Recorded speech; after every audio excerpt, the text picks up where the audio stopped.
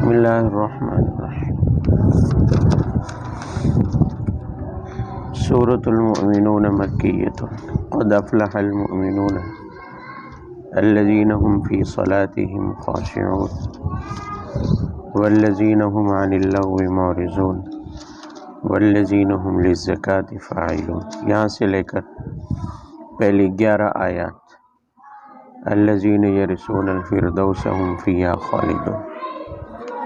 پہلے تو یہ ذہن میں رہے کہ سورہ مومنون بھی مکی صورت ہے۔ جو مضامین عام طور پر مکی صورتوں میں بیان ہوتے رہے ہیں وہی مضامین اس صورت کا بھی حصہ ہیں، مثلا توحید، آخرت، سمجھ آ رہی ہے، اور اسی طرح رسالت، یہ تو اس کے بنیادی مضامین ہیں۔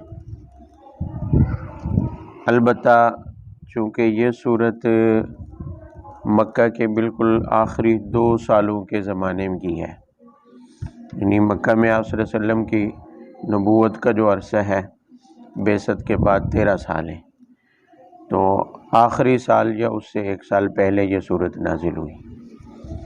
تو چونکہ اس زمانے میں زکوٰۃ، نماز اور اس طرح کی بہت ساری عبادات سے متعلق احکامات نازل ہو چکے تھے، اس لیے ابتدا نماز اور زکوٰۃ کی اہمیت سے کی گئی ہے۔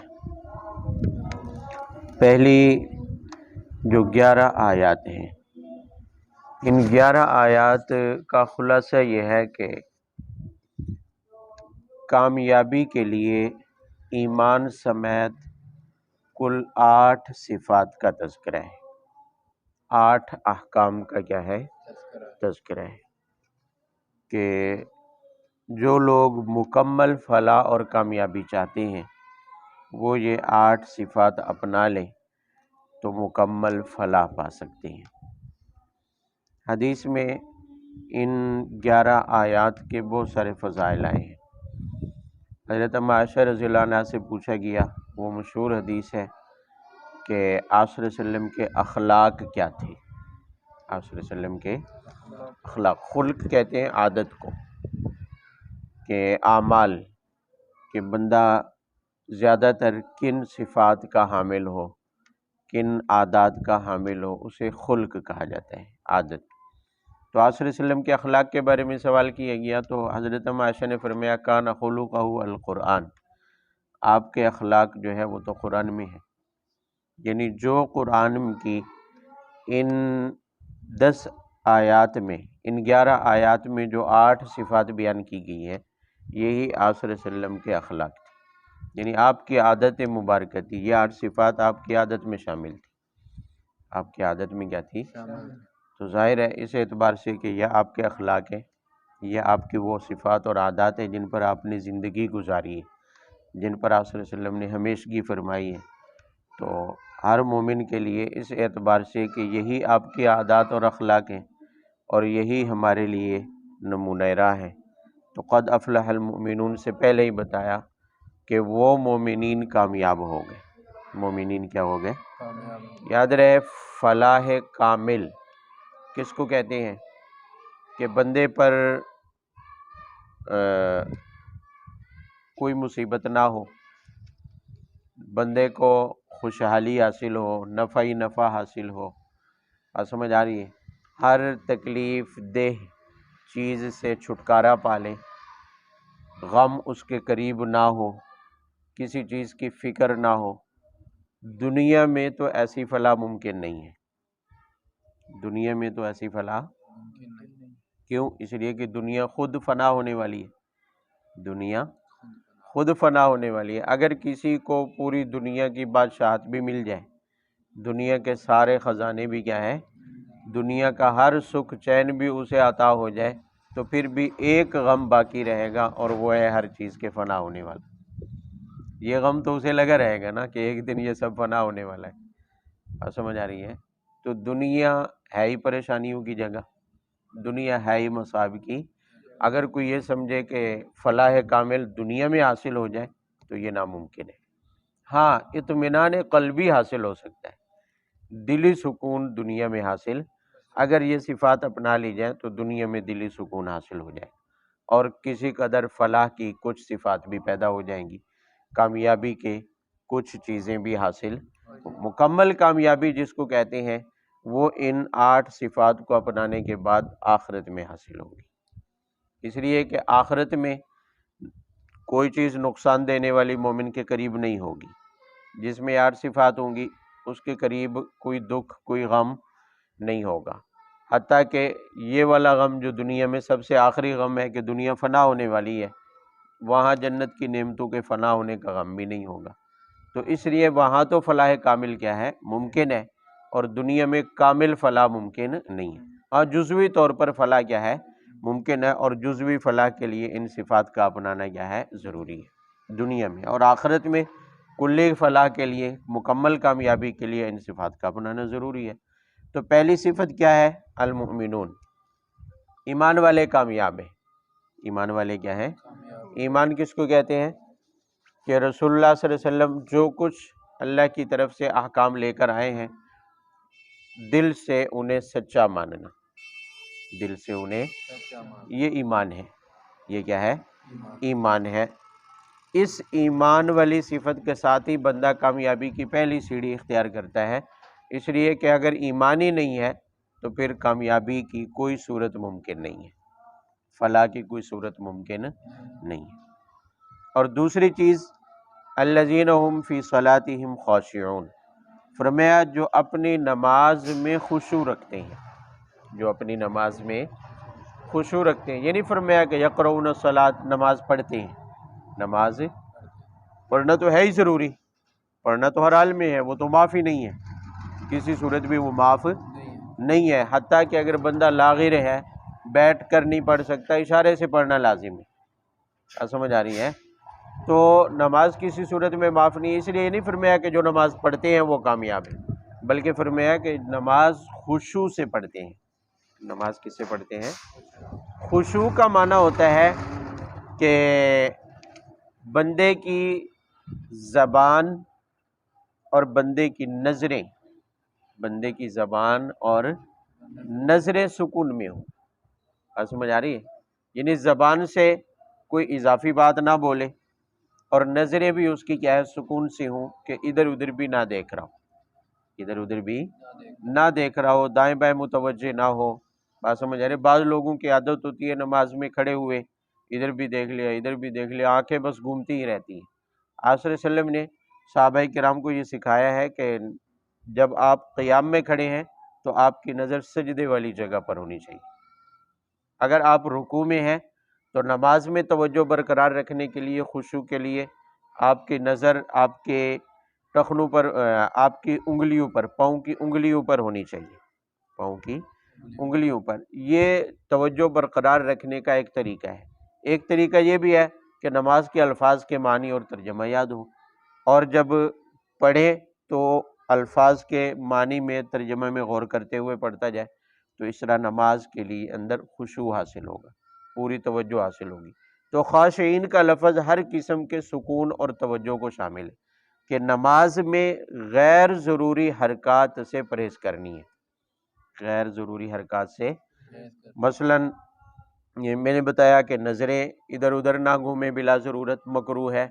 اسی طرح زبان سے کوئی اضافی کلمہ جو ہے نہ نکلے، اور اسی طرح ہاتھوں کے ذریعے اپنے جسم سے، کپڑوں کے ساتھ ہاتھوں سے کھیلنا، یہ بھی نماز کی حالت میں کیا ہے منع ہے، یہ بھی نماز کی حالت میں کیا ہے صحابہ کرام نماز پڑھ رہے ہیں، اپنی کوئی انفرادی نوافل یا سنن پڑھ رہے ہیں، آپ صلی اللہ علیہ وسلم باہر تشریف لائے تو دیکھا کہ زیادہ ہاتھوں کو ہلا رہے ہیں، تو آپ صلی اللہ علیہ وسلم نے فرمایا کہ مالی اراکم، کیا ہے کہ میں تمہیں دیکھ رہا ہوں کہ تمہارے ہاتھ ایسے جو ہے ہل رہے ہیں جیسے شریر گھوڑوں کی کیا ہوتی ہیں دمیں ہوتی ہیں، یعنی مطلب یہ ہے کہ نماز میں سکون ضروری ہے، نماز میں ہاتھوں کو بلا وجہ بلا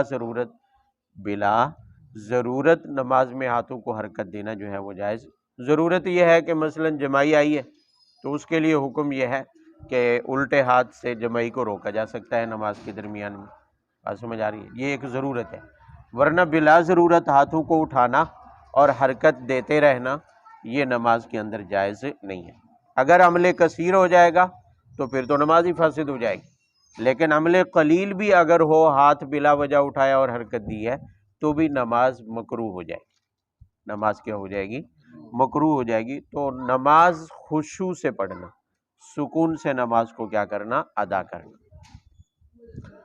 والذین هم عن اللغو معرضون، تیسری صفت جو فلاح پانے والوں کی ہے وہ یہ ہے کہ لغو چیزوں سے، لغو کاموں سے، لغو باتوں سے اعراض کرتے ہیں۔ دیکھیں لغو کا لفظ یہاں مطلق فرمایا، نہ آگے قول ہے، نہ فعل ہے، نہ چیز، کسی چیز کا ذکر نہیں کیا۔ بیکار، فضول، بلا ضرورت عمل ہو، بات ہو، بات سمجھ آ رہی ہے؟ کوئی بھی چیز ہو بلا ضرورت بے فائدہ، جس کا نہ دنیاوی فائدہ ہے نہ اخروی کیا ہے؟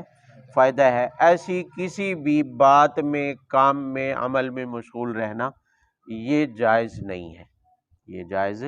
پھر جائز نہ ہونے کے کئی درجات ہیں، بعض صورتیں تو حرام کی ہیں، مثلا کسی ایسے فعل کے اندر ایسے کھیل میں مشغول ہو جانا جس میں جسمانی ورزش بھی نہیں ہے، جسمانی ورزش بھی نہیں ہے، اور اس کے ساتھ کوئی شرعی حکم بھی وابستہ نہیں ہے، ایسے کھیل میں مشغول ہو جانا کہ اس سے شرعی حکم میں خلل واقع ہو، مثلا نماز سے غفلت ہو جائے، نماز سے، قرآن سے کیا ہو جائے؟ قرآن کی تلاوت سے غفلت ہو جائے، عبادات سے کیا ہو جائے؟ غفلت ہو جائے، ایسے کھیل میں مشغول ہونا یہ ایک بیکار کھیل ہے، کیونکہ اس میں جسمانی صحت بھی نہیں ہے، جسمانی ورزش بھی نہیں ہے، اور پھر اس کھیل کے اندر مشغول ہونے کی وجہ سے نماز بھی رہ جاتی ہے، نماز میں غفلت ہوتی ہے، قرآن کی تلاوت سے کیا ہوتی ہے؟ غفلت ہوتی ہے، نیکی کی طرف رجحان کم ہو جاتا ہے، تو ایسے کھیل میں مشغول ہونا بھی جائز نہیں ہے، ایسے کھیل میں مشغول ہونا بھی جائز ہے۔ یہ تو کھیل تو میں نے مثال کے طور پر بتایا، کوئی بھی کام ہو، کوئی بھی۔ اسی طرح فضول کی گپ شپ ہے جس کا دنیا سے کوئی تعلق نہیں ہے، آخرت سے بھی کوئی تعلق نہیں ہے، فضول کی گپ شپ کے اندر گھنٹوں ضائع کر دینا، ایسی باتوں کے اندر جس کا تعلق نہ دینی فائدے کے ساتھ ہے نہ دنیاوی فائدے کے ساتھ ہے، تو ایسی فضول گپ شپ کے اندر وقت اور گھنٹوں ضائع کر دینا یہ بھی جائز نہیں ہے۔ ہاں اتنی حد تک گپ شپ لگانا، مزاح کرنا جس کے اندر جھوٹ بھی نہ ہو، جھوٹ بھی نہ ہو، اور کسی کی دل آزاری بھی نہ کی جائے، البتہ اس میں خوش طبعی مقصود ہو، بے وقتی طور پر کام کی تھکاوٹ، دماغی تھکاوٹ کو دور کرنا کیا ہو؟ مقصود ہو، تو تھوڑی سی اس کی بھی اسلام میں کیا ہے؟ گنجائش ہے، اور ایسا آپ صلی اللہ علیہ وسلم سے کرنا بھی کیا ہے؟ ثابت ہے، خوش طبعی، لیکن اس خوش طبعی اور مذاق میں بھی جھوٹ نہ ہو، جھوٹ، کسی کی دل آزاری۔ جب دو چار دوست اکٹھے بیٹھ جاتی ہیں تو گپ شپ لگاتے ہوئے مذاق کرتے ہیں، اب اس مذاق میں ہوتا کیا ہے؟ کسی ایک کو نشانہ بنا لیتے ہیں، اس نشانہ بنانے میں اس کے دل آزاری ہو رہی ہے یہ نہیں دیکھا جاتا، اس کے اوپر جھوٹ باندھا جا رہا ہے، واقعی کوئی بات ہے یا نہیں ہے ہنسنے کی، پھر بھی بنا کے جو ہے گھڑی جاتی ہے۔ بعض لوگوں کی عادت ہوتی ہے ویسے ہی ہنسانے کی، ایسے ہی جھوٹ موٹ کی باتیں کرتے چلے جائیں، ہنسانے کی عادت ہوتی ہے، یہ جائز نہیں ہے، یہ جائز ہے۔ یہ باقاعدہ ہمارے ہاں تو اب دنیا میں رواج ہو گیا ہے، باقاعدہ پروگرام ہوتے ہیں، شو ہوتے ہیں، ہنسانے والے کو باقاعدہ اداکار، پتہ نہیں ابھی تو وہ ایک جو ہے پروفیشن بن گیا، ایسے ہے کہ نہیں؟ بڑے جو ہے نا ایسے لوگوں کی مانگ ہوتی ہے، بات سمجھ آ رہی ہے؟ بڑی قیمت ہوتی ہے ایسے لوگوں کی کہ ایک ایک گھنٹہ وہ ٹی وی کے اوپر آ کر جو ہے وہ پروگرام کرتے ہیں اور لاکھوں کروڑوں جو ہے وہ وصول کرتی ہے، بات سمجھ آ رہی ہے؟ حالانکہ اس طرح کی خوش طبعی یا مذاق جائز نہیں ہے جس میں کئی گھنٹے وقت برباد ہو اور کئی لوگوں کے وقت برباد ہو، کیونکہ اس سے ایک بندہ اٹیچ نہیں ہوتا ہے بلکہ لاکھوں کروڑوں لوگ دیکھ رہے ہوتے ہیں، اور وہ گھنٹے 2 گھنٹے کا پروگرام ہو تو اس کے اندر ظاہر ہے اس نے جھوٹ بولنا ہے، اس نے کسی کا تمسخر اڑانا ہے، کسی کے اوپر بہتان باندھنا ہے، بات سمجھ آ رہی ہے؟ بناوٹی باتیں اس نے کر کے لوگوں کو کیا کرنا ہے؟ ہنسانا ہے۔ اب اس میں نہ تو طبعی ذہنی نشاط مقصود ہے، نہ تو ایسی تفریح مقصود ہے کہ جو ذہنی سکون جس سے میسر ہے، اور نہ ہی اس سے یہ مقصود ہے کہ اس سے کوئی تھکاوٹ دور کرنا کیا ہے مقصود ہے، یعنی محض یہ مقصد نہیں ہوتا، بلکہ اس میں تو پیسہ کمانا مقصود ہوتا ہے، وہ باقاعدہ ایک پروفیشن اور کاروبار بن چکا ہے، تو لہٰذا اس کو کاروبار کے طور پر اپنانا یہ اس سے منع کیا گیا۔ شریعت اس کی حوصلہ افزائی نہیں کرتی۔ تو بیکار لغو کام ہو یا کوئی کھیل ہو، کوئی بات ہو، ایسے بیکار باتوں اور کاموں میں مشغول ہونا یہ جائز نہیں ہے، یہ جائز اس لیے کامل فلاح پانے والوں کی تیسری صفت کے طور پر بیان کیا کہ وہ لغو، بیکار اور فضول کاموں سے کیا رہتے ہیں، دور رہتے ہیں، ایسی چیزوں سے وہ کیا کرتے ہیں، پرہیز کرتے ہیں۔ اب کرکٹ کو 8 گھنٹے کا کھیل ہو، 5 دن کا کھیل ہو، اور اس کو دیکھتے جانا اور پڑے رہنا، ایک ہے کھیلنا، دوسرا یہ ہے کہ اس کو دیکھتے جانا، اس میں نہ نمازوں کا دھیان، نہ تلاوت قرآن کا دھیان، بلکہ وہ اور زیادہ تلاوت قرآن اور نمازوں سے کیا کرتی ہے، غافل کرتی ہے۔ بندے جو ہے نمازوں کی پابند ویسے بھی نہیں ہوتے، یا تلاوت قرآن پاک یا عبادات کے پابند ویسے بھی نہیں ہوتے، اور کرکٹ دیکھنے میں اگر دیکھنے کا شوق لگ جائے تو اور بھی زیادہ غفلت ہو جاتی ہے۔ تو ایسے کھیل کھیلنا یا دیکھنا بھی جائز نہیں ہے جو بندے کو عبادات سے کیا کر دے، غافل کر دے۔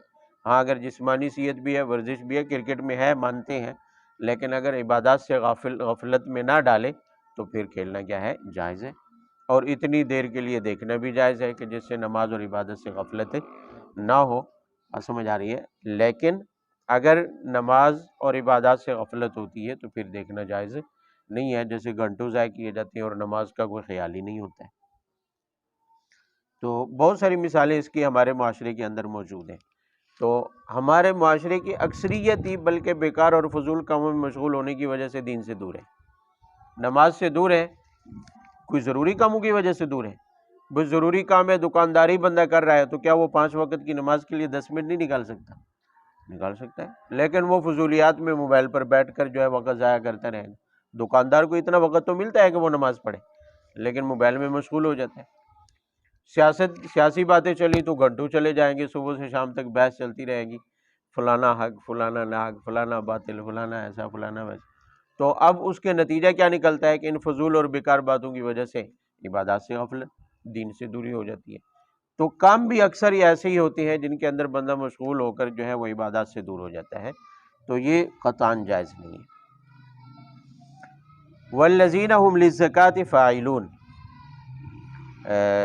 شاید میں نے پہلے بھی عرض کیا ہو کہ دین مقصود ہے، اور باقی جتنی بھی چیزیں ہیں، کاروبار ہے، رزق روزی کمانا، روٹی روزی کا انتظام کرنا، باقی دنیا کے سارے امور یہ ضروریات ہیں۔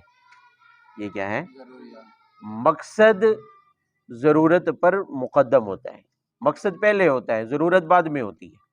ضرورت ہے، مثال کے طور پر آپ جوتا لیتے ہیں بازار سے تو کس لیے؟ پاؤں سردی گرمی سے کیا رہے، محفوظ رہے، کانٹوں وغیرہ سے پاؤں کیا رہے، محفوظ رہے۔ بات سمجھ آ رہی ہے؟ زمین کی سختی سے، پتھروں کی سختی سے پاؤں کیا رہے، یہ ہے مقصود جوتا لینے کا۔ لیکن وہی جوتا ضرورت کے وقت آپ اس سے بھیڑ، تمبوری شمبوری بھی مار سکتے ہیں، آپ اس کے ذریعے بچھو بھی کیا ہے، مار سکتے ہیں۔ اب اگر کوئی بندہ ہر وقت جوتے کو ہاتھ میں لے کے رکھے اور کہے میں نے تو بھیڑ مارنے کے لیے لیا، میں نے تو بچھو مارنے کے لیے لیا ہے، اس کو مقصد بنا لے تو لوگ کہیں گے کم عقل ہے، بے عقل ہے، پاگل ہے کہ جوتا جو ہے اس نے اس مقصد کے لیے رکھا ہوا ہے ہاتھ میں۔ حالانکہ جوتے سے مقصود کیا ہوتا ہے؟ پاؤں میں پہننا، اور پاؤں کی حفاظت مقصود ہوتی ہے۔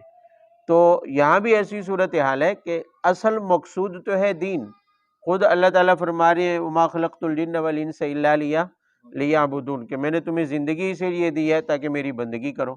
تو دین مقصود ہے، کھانا ضرورت ہے، روزی کمانا یہ کیا ہے، زندہ رہنے کے لیے ایک ضرورت ہے، تجارت کرنا ایک ضرورت ہے، کھیتی باڑی کرنا یہ ایک کیا ہے، ضرورت ہے، دکان چلانا یہ ایک کیا ہے، ضرورت ہے۔ تو ضرورت کی وجہ سے ضرورت پر مقصد کو قربان کر دینا، اور ضرورت کو اتنا اہمیت دینا کہ بندہ اپنے ساری محنت، کوشش، وقت سب کچھ ضرورتوں کے اوپر لگا دے اور مقصد کو بھول جائے، یا ظاہر ہے یہ بھی کم عقلی ہے۔ یہ بھی ایک بے وقوفی ہے، یہ بھی ایک حماقت ہے، اور ہم یہ حماقت اجتماعی طور پر کر رہے ہیں۔ اجتماعی طور پر اس حماقت میں ہم کیا ہے مشغول ہیں کہ دنیا کی ضرورتوں کو ہم نے مقدم رکھا ہے، ان کو مقصود بنا لیا ہے، اور دین کو ہم نے کیا بنا لیا، اضافی چیز بنا لی۔ بھی ویلے ہوئے تو چلے گئے، وقت پاس نہیں ہو رہا، چلو ادھر جا کے دیکھتے ہیں مولوی کیا کہتے ہیں، مسجد میں کیا کہہ رہی ہیں، جماعت والے کیا کہتے ہیں، چلو آج نیکی کر کے دیکھتے ہیں۔ یعنی ایک ویلا وقت، فضول وقت جو دیکھا اپنے لیے، اس ٹائم میں ہم چلے جاتے ہیں، حالانکہ ہم دین کو اپنا مقصد نہیں بنا رہے۔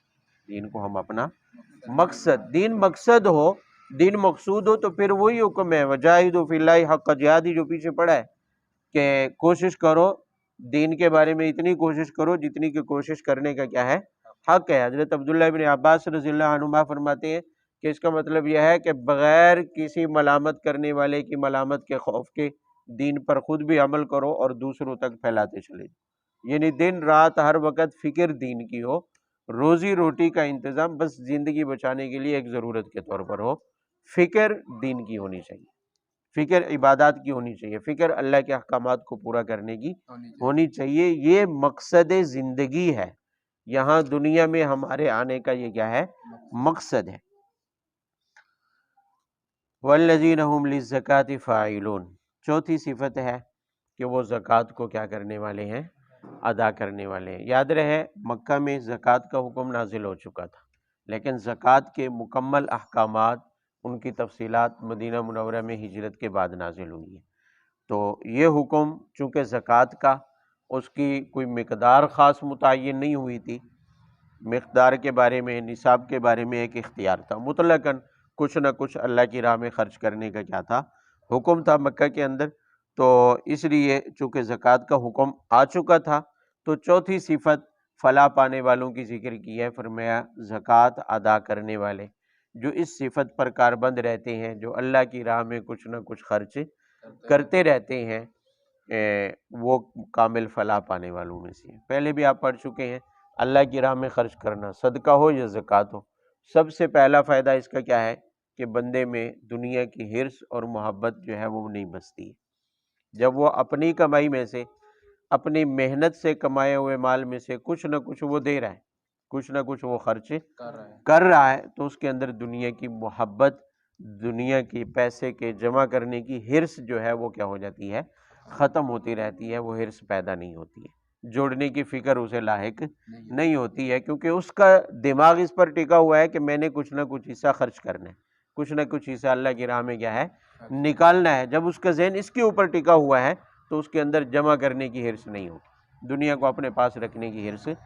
اور دوسرا فائدہ کہ بخل سے آزاد ہوگا، کنجوسی سے کیا ہوگا، کہ بخل یہ صفت جہنمیوں کی ہے، بخل جہنمیوں کی کیا ہے صفت ہے، کنجوسی، بخیل ہونا یہ جہنمیوں کی صفات میں سے ہے، اور کئی سارے گناہوں کا مجموعہ ہے۔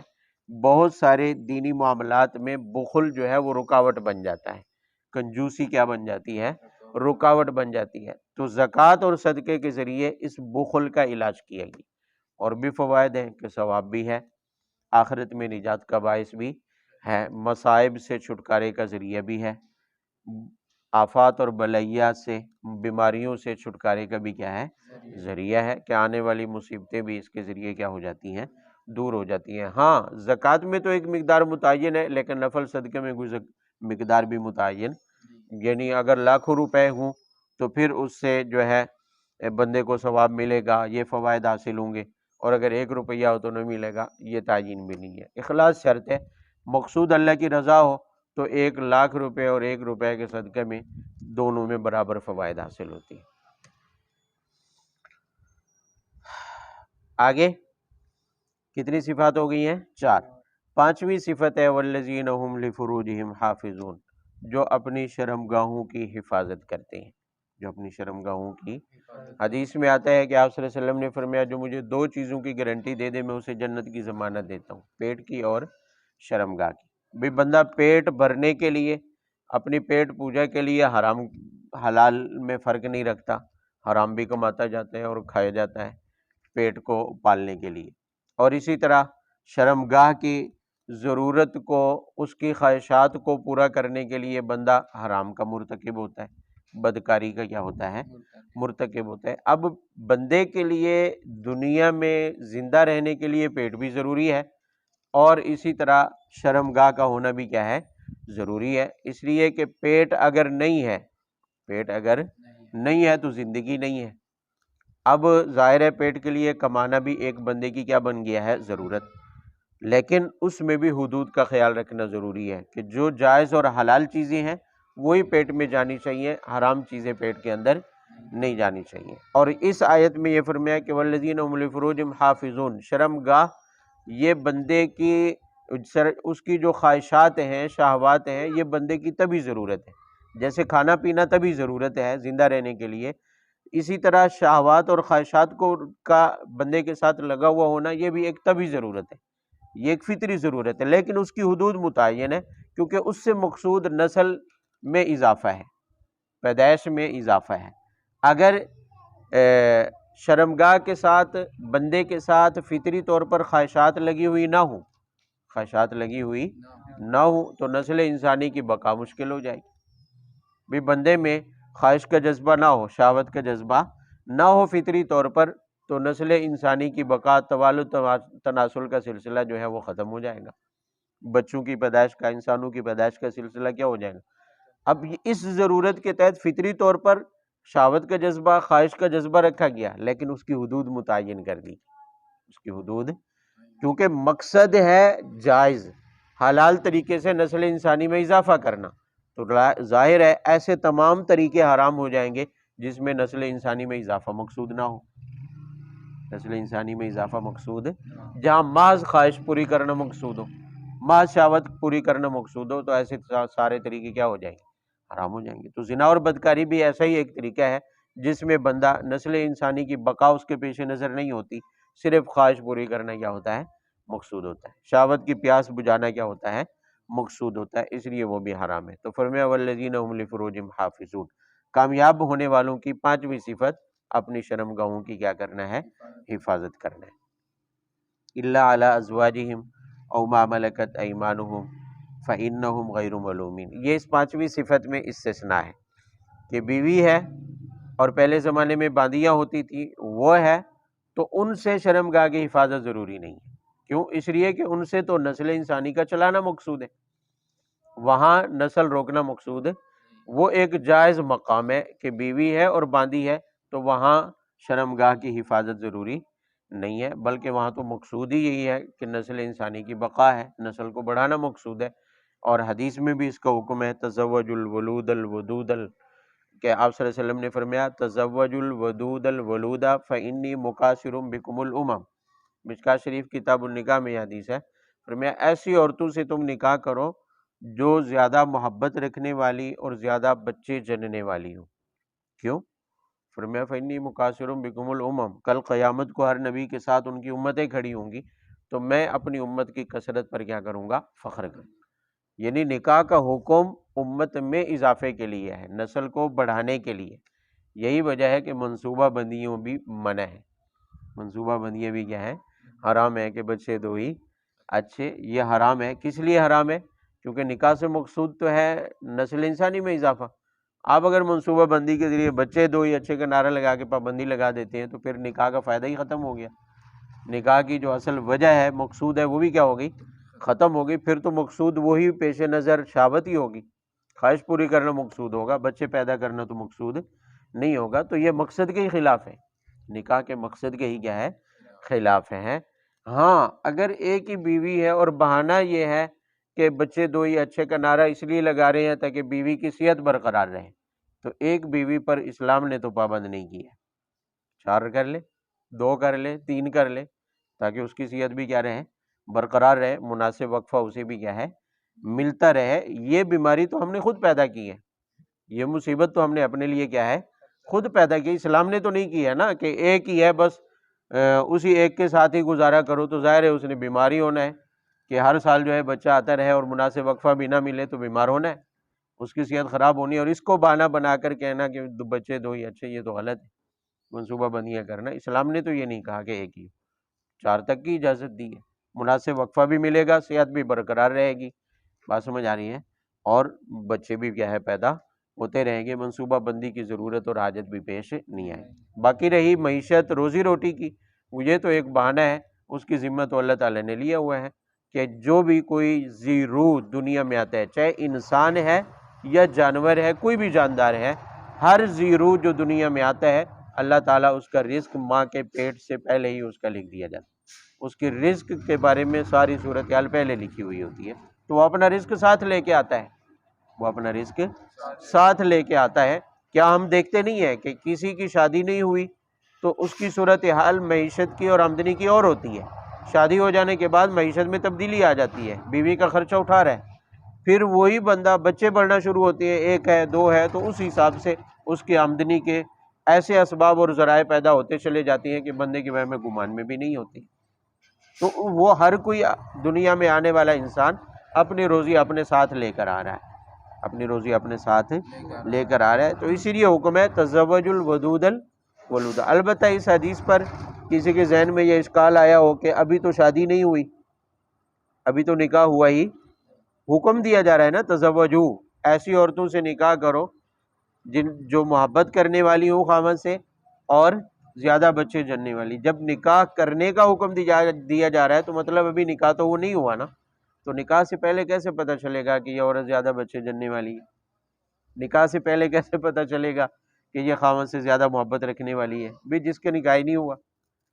حکم یہ ہے نا کہ ایسی عورت ڈھونڈو جو بچے زیادہ جنے، چلو پہلے اس کا کہیں نکاح ہوا ہو پھر طلاق ہو گئی ہو، ایسی عورت کے بارے میں تو کہہ سکتے ہیں کہ پتہ چل جائے گا کہ اس کی کیا حالت ہے، لیکن ایسی عورت جس سے پہلی دفعہ نکاح ہو رہا ہے اس کا کیسے پتہ چلے گا کہ یہ خاوند سے محبت رکھنے والی یا زیادہ بچے جننے والی ہے؟ سمجھ آ رہی ہے؟ ایک سوال ہے، تو یہ محدثین نے یہ اشکال اٹھایا ہے اور عام طور پر ذہن میں آتا بھی ہے، اور انہوں نے خود ہی اس کا جواب دیا۔ وہ کہتے ہیں دراصل بچے جننا اور اس کی کثرت سے جننا یا خامد سے محبت رکھنا اور خامد کا فرما بردار ہونا، یہ صفات خاندانی ہوتی ہیں، یہ صفات کیا ہوتی ہیں؟ نسلوں میں ہوتی ہیں، خاندانوں میں ہوتی ہیں۔ تو اس خاندان کی دیگر عورتوں کو دیکھ لیں جن کی شادیاں ہو چکی، جن کے نکاح ہو چکے ہیں، ان عورتوں کو دیکھ لیں کہ بچے جننے میں ان کی حالت کیا ہے، اور اپنے خامدوں کے ساتھ ان کے تعلقات کیا ہیں، اپنے شوہروں کے ساتھ ان کے تعلقات کی حالت کیا ہے۔ اس نوعیت کو اگر دیکھ لیں تو سمجھنا آسان ہو جائے گا کہ یہ چونکہ اسی خاندان کی ہے تو یہ صفات عام طور پر خاندانی ہوتی ہیں، یہ نسلوں میں چلتی ہیں، تو اس لیے دیگر خاندان کی جو عورتیں شادی شدہ ہیں جس صفات کی حامل وہ ہیں، اس میں بھی وہی صفات پائی جائیں گی۔ تو گویا کہ اس حدیث سے ہمیں ایک قسم کی اس طرف بھی جو ہے رہنمائی ملتی ہے کہ ہم جو رشتہ دیکھنے جاتے ہیں ہمیں وہاں کیا دیکھنا چاہیے، ہمیں وہاں مال دیکھنا چاہیے کہ مالدار ہیں کہ نہیں ہیں، ان کا بینک بیلنس، لوگ تو یہی دیکھتے ہیں نا، خوبصورتی۔ آپ صلی اللہ علیہ وسلم نے فرمایا کہ یُنکح المرأۃ لأربع، عورت سے 4 چیزوں کی وجہ سے نکاح کیا جاتا ہے، مال کی وجہ سے، حسن و جمال کی وجہ سے، حسب نسب یعنی خاندان کی وجہ سے، یا پھر اس کی دینداری کی وجہ سے۔ حضرت ابو ہریرہ کو آپ نے فرمایا فاظفر بذات الدین، فاظفر بذات الدین، دین والی پر کامیابی حاصل کرو۔ یعنی لوگ یہ 4 چیزیں عام طور پر دیکھتے ہیں، کسی عورت میں یہ چاروں صفات مل جائیں تو فبیہا، بہتر ہے، اس کے تو چھکے ہی چھکے ہیں کہ بھی حسن و جمال بھی ہو، خاندان بھی اعلیٰ ہو، اور اسی طرح مالدار بھی ہو اور دیندار بھی، چاروں صفات ہوں تو پھر تو اعلیٰ ہی اعلیٰ ہے، فائدہ ہی فائدہ ہے۔ لیکن اگر تضاد ہو جائے، کیا ہو جائے؟ تضاد ہو جائے، یہ ساری صفات کسی ایک عورت میں نہیں ہے، مختلف عورتوں میں نظر آتی ہیں، تو پھر فرمایا کہ دینداری والی صفت کو ترجیح دو، مالدار نہیں ہے نہ ہو، حسن و جمال نہیں ہے تو نہ ہو، اور اونچا خاندان نہیں ہے تو نہ ہو، دیندار ہونی چاہیے، اللہ کی فرما بردار ہونی چاہیے، کیونکہ اگر اللہ کی نافرمان ہے، مالدار بھی ہے، حسن و جمال بھی ہے، اور اسی طرح خاندان بھی کیا ہے؟ اونچا ہے، اللہ کی فرما بردار نہیں ہے اور دیندار نہیں ہے، تو وہ خامد کی فرما بردار بھی نہیں ہو سکتی۔ بات سمجھ آ رہی ہے؟ وہ اپنی اولاد کی اچھی تربیت بھی، ایک عورت پورے معاشرے کی مربیہ ہوتی ہے، صرف اپنے بچوں کی مربیہ نہیں ہوتی، ایک بچہ بگاڑ کے اگر معاشرے میں شامل کرے گی تو پورا معاشرہ بگڑے گا، تو وہ پورے معاشرے کی، پورے ماحول کی تربیت کرنے والی ہوتی۔ تو دینداری والی صفت کو ترجیح دینی چاہیے، دینداری کو دیکھنا چاہیے، باقی چیزیں تو ثانوی حیثیت میں اگر ہو جائیں تو ٹھیک ہے، اگر نہیں ہے تو دینداری والی صفت تو لازم ہے۔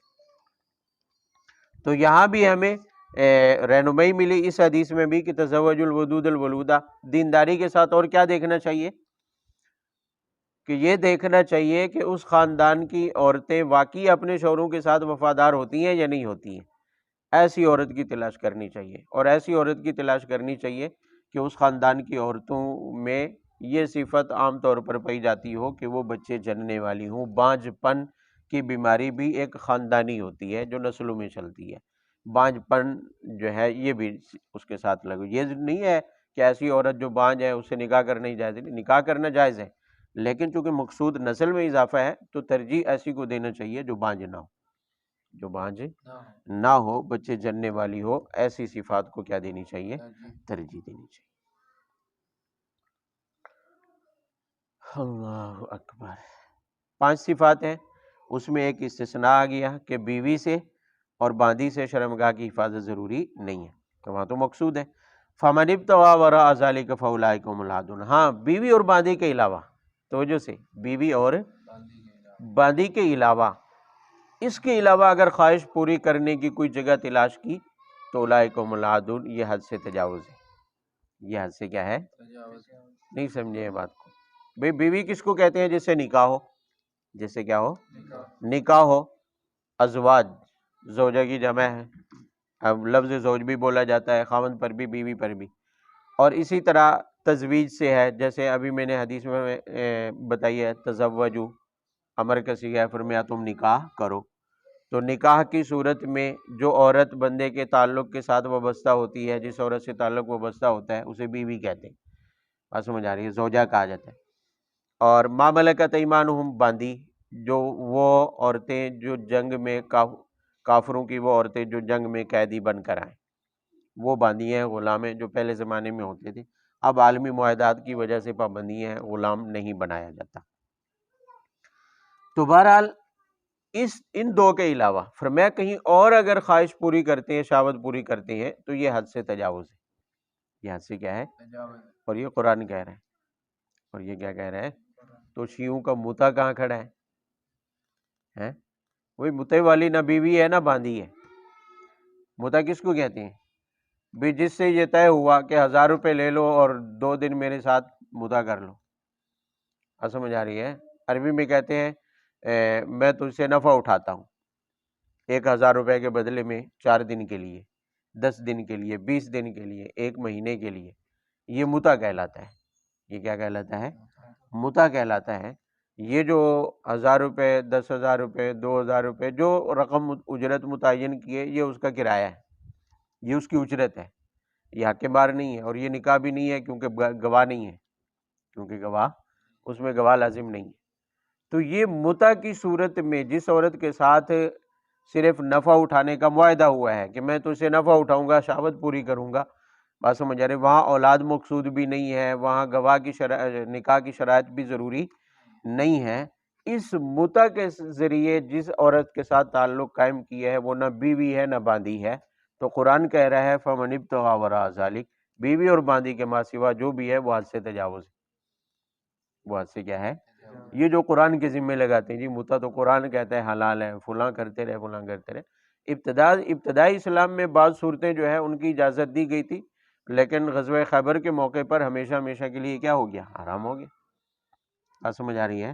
لیکن وہ بھی اس صورت میں نہیں، اس کی جو ایک شکل تھی وہ زمانے جاہلیت سے پہلے سے چلی آ رہی تھی، تو جب حکم نازل ہو گیا اس کے بارے میں تو ہمیشہ کے لیے حرمت آ گئی۔ بات سمجھ آ رہی ہے؟ تو لیکن یہ لوگ ابھی بھی اس کو چمٹے ہوئے ہیں، اپنایا ہوا ہے متے کو۔ جی متا صرف متا جائز نہیں، نعوذ باللہ، اللہ معاف کرے، نخل کفر نباشت، بڑے بڑے فضائل بھی ہیں، بڑے بڑے فضائل ہیں، آپ کانوں کو ہاتھ لگائیں گے۔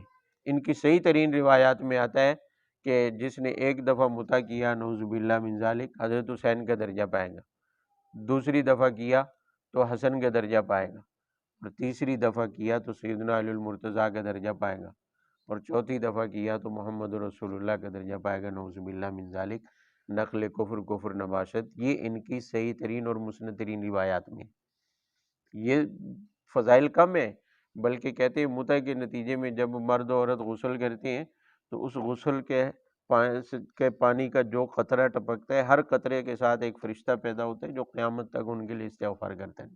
یہ فضائل ان کے اپنی کتب میں موجود ہیں، معتبر ترین کتب میں موجود ہیں، جبکہ قرآن کہہ رہا ہے فَمَنِ ابْتَغَىٰ وَرَاءَ ذَلِكَ فَأُولَٰئِكَ هُمُ الْعَادُونَ۔ بیوی اور بادی کے علاوہ کسی بھی تعلق سے، کسی بھی نام، کوئی بھی نام دے دیں تعلق کو، کوئی بھی تعلق قائم کر کے اگر کسی عورت کے ساتھ تعلق قائم کیا اور شہوت پوری کی تو اولئک هم العادون، یہ حد سے کیا ہے؟ تجاوز ہے، بدکاری ہے، زنا ہے، اس کی سزا بنتی ہے، نہ یہ کہ باعث اجر و ثواب ہو سکتے ہیں۔ هو الذین هم لاماناتهم وعهدهم راعون، چھٹی صفت ہے، فرمایا کہ جو امانتوں کی حفاظت کرنے والے ہیں، امانتوں کی کیا کرنے والے ہیں؟ بھئی امانات، امانت کی جمع ہے، امانات امانت کی جمع ہے۔ ہمارے ہاں عرف میں امانت کس کو کہتے ہیں؟ بھئی کسی کے پاس پیسہ رکھا یہ امانت ہے، کسی کے پاس کوئی چیز رکھی تو یہ کیا ہے؟ یہ بھی امانت ہے، لیکن یہاں امانت صرف اس ایک قسم پر نہیں بولا جاتا، امانت کا مفہوم وسیع ہے، اس کی اقسام بہت ساری ہیں۔ آپ نے پڑھا ہے قرآن پاک میں سورہ نساء میں ان اللہ یامرکم ان تؤدوا الامانات الی اہلیہا، کہ اللہ تعالیٰ تمہیں حکم دیتے ہیں کہ امانتیں ان کے مستحقوں کے حوالے کرو۔ پھر امانت ابتداً دو طرح کی ہے، کچھ حقوق اللہ ہیں جو بندوں کے ذمے ہیں، کچھ حقوق العباد ہیں جو بندے کے ذمے ہوتی ہیں۔ یہ تمام حقوق امانت ہیں، یہ جتنی بھی ذمہ داریاں اللہ کی طرف سے لگائی گئی ہیں یا بندوں کی جو ذمہ داریاں کسی بندے کے اوپر ہیں، یہ سب امانت ہیں۔ یہ سب کیا ہے؟ بھئی حقوق اللہ کیا ہے؟ جتنے بھی شرعی احکام ہیں وہ بندے کے اوپر کیا ہے؟ امانت ہے۔ اِنَّا عَرَضْنَا الْأَمَانَةَ عَلَى السَّمَاوَاتِ وَالْأَرْضِ وَالْجِبَالِ فَأَبَيْنَ أَن يَحْمِلْنَهَا وَأَشْفَقْنَ مِنْهَا وَحَمَلَهَا، اللہ تعالیٰ فرماتے ہیں ہم نے یہ دین، یہ خلافت جو بندے کو دی ہے، یہ ہم نے پہاڑوں پر پیش کی، زمین پر پیش کی، آسمانوں پر پیش کی کہ تم یہ سنبھال لو اور اس دین پر خود عمل کرو اور آگے چلاؤ، اس جانشینی کو نبھاؤ۔ تو سب نے انکار کر دیا کہ ہم سے نہیں ہو سکتا، تو بالآخر انسان کو دیا تو انسان نے کہا قبول ہے۔ انہ کان ظلوما جہولا، انسان پہلے ہی جلد باز ہے، غافل ہے، اس نے بغیر سوچے سمجھے انجام کو کہ میں اس امانت کو سنبھال سکتا ہوں یا نہیں، قبول کر لیا۔ تو یہ اللہ کے حقوق، اللہ کے احکام جو احکام شریعت ہیں، یہ امانت ہے۔ یہ کیا ہے؟ تو اس امانت میں وہ بھی داخل ہے کہ امانت کی حفاظت کرنے والے ہیں، امانت کی کیا کرنے والے ہیں۔ اسی طرح جو حقوق العباد بندے کی ذمہ داری میں ہے، بندے کے ساتھ وابستہ ہے ان کی ادائیگی، ان حقوق العباد کو پورا کرنا بھی امانت ہے، یہ بھی کیا ہے؟ اور ان کو پورا نہ کرنا یہ خیانت ہے۔ بھئی مثلاً بیوی بچوں کے نان نفقہ، یہ بندے کے اوپر کیا ہے؟ ذمہ داری میں شامل ہے، بات سمجھ آ رہی ہے؟ اسی طرح حقوق العباد میں بیوی بچوں کے ان حقوق کے ساتھ ساتھ دیگر حقوق بھی ہیں، ان کی تربیت کرنا، بات سمجھ آ رہی ہے؟ اور قوا انفسکم اہلیکم نارا، ان کو دین کے اوپر عمل پیرا رہنے کی تلقین کرتے رہنا، عبادات کا پابند بنانا، یہ سارے وہ حقوق ہیں جو بندے کی ذمہ داریوں میں شامل ہیں اور یہ امانت کا حصہ ہے۔ اگر ان ذمہ داریوں کو نہیں نبھا رہا تو وہ امانت میں کیا کر رہا ہے؟ خیانت۔ بات سمجھ آ رہی ہے؟ تو والذین هم لاماناتہم، جو اپنی امانتوں کی کیا کرتے ہیں؟ حفاظت۔ جو ذمہ داریاں اللہ کی طرف سے ہیں یا شریعت نے بندے کی حقوق العباد جو بندے کے ذمہ لگائے ہیں، ان سب کی ادائیگی ہی امانت کی ادائیگی کہلاتی ہے۔ اور یہ تو 6 صفات ہیں، اور ساتویں کتنی ہو گئی ہے؟ 6۔ ساتویں وعد مراعون، عہد، وعدے کی پاسداری۔ عہد دو طرح کا ہوتا ہے، ایک ہوتا ہے معاہدہ جو جانبین سے ہوتا ہے، بھئی دو بندوں کے درمیان میں معاہدہ ہوا کہ میں یہ چیز بیچتا ہوں، اس نے کہا میں خریدتا ہوں، اب اس نے پیسے دینے ہیں اور اس نے چیز دینی ہے، یہ ایک معاہدہ ہے جو جانبین سے ہے، جو کیا ہے؟ اس معاہدے کی پاسداری کرنا بھی کیا ہے؟ لازم ہے۔ اور دوسرا ہوتا ہے وعدہ، دوسرا ہوتا ہے وعدہ من جانب واحد ہوتا ہے، ایک جانب سے ہوتا ہے، ایک جانب سے ہوتا ہے۔ کسی کے ساتھ آپ نے وعدہ کیا کہ کل فلاں جگہ پر میں آ کر آپ کا قرض ادا کر دوں گا، یہ وعدہ ہے جو ایک جانب سے، یہ میں نے ایک مثال دی ہے۔ وعدہ کا پورا کرنا بھی لازم ہے چند شرائط کے ساتھ۔ مثلا ایک شرط تو یہ ہے کہ وعدہ کسی ناجائز اور غیر شرعی کام کے پورا کرنے کا نہ ہو، وعدہ کسی ناجائز اور غیر شرعی کام کے پورا کرنے کا نہ ہو۔ بھی مثال کے طور پر ایک بندے نے دوسرے کے ساتھ وعدہ کیا کہ کل شام کو وعدہ رہا اللہ معاف کرے کہ فلاں بندے کی گردن اڑانی ہے، اب ایک غیر شرعی فعل کا وعدہ ہے، بات سمجھ آ رہی ہے؟ تو اس وعدے کا نبھانا جو ہے جائز نہیں ہے۔ لیکن اگر جائز کام کا وعدہ کیا ہے تو پھر اوفو بعہدکم، وعدے کو پورا کرنے کا باقاعدہ حکم دیا گیا ہے، اور وعدے کو پورا کرنا کیا ہے؟ واجب ہے۔